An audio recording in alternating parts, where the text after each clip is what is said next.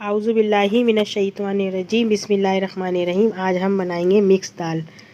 ये कुटी मिर्चें, प्याज, साबुत मिर्च, लहसुन, हल्दी और ये कलौंजी है थोड़ी सी।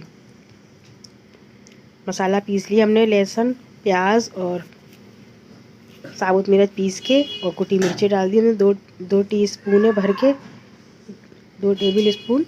और मसाला पीस के डाला हमने। 1 अदद प्याज पीसी है और 2 से 4 अदद टेबल स्पून लहसुन के पीसे हैं। साबुत मिर्चें हैं 15 से 18 अदद, और ये ½ टीस्पून हमारी हल्दी है, हाफ टी। अब ये सब मसाला हमने पानी में मिक्स कर दिया है इसको।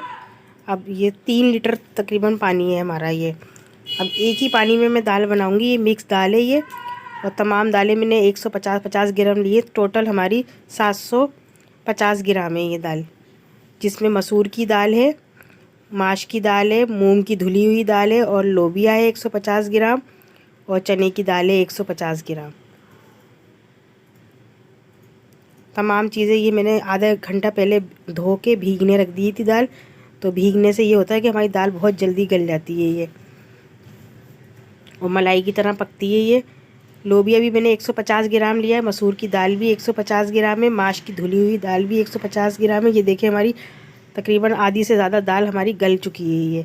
अब मैं यहाँ पर इसमें इमली के कतारे डालूँगी 6 से 7 अदद। अगर आपके पास खटाई है साबुत या कैरी हो तो कैरी डाल दें 1 अदद, और 2 टेबल स्पून नमक है ये। क्योंकि दाल हमारी 750 ग्राम है, उसी हिसाब से नमक भी ऐड होगा इसमें।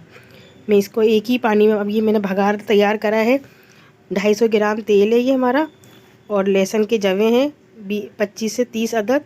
इसको लाइट गोल्डन ब्राउन कर लिया लहसुन को तेल में मैंने। अब ये भगार लगाऊंगी मैं।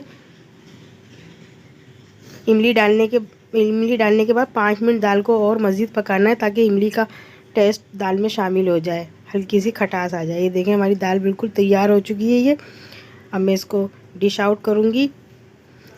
देखें ये वाइट चावल बनाए हमने, और छोटी हरी मिर्चें हमने फ्राई करी हैं। ये बिल्कुल फीकी हरी मिर्चें हैं ये खाने में, और हल्का सा चाट मसाला और नमक डाला है बस, और कुछ भी नहीं। ये देखिए मिर्चें हैं, इसमें चाट मसाला और नमक डाला है। फ्राई करिए तेल में, और सफ़ेद चावल पकाएं बॉईल कर।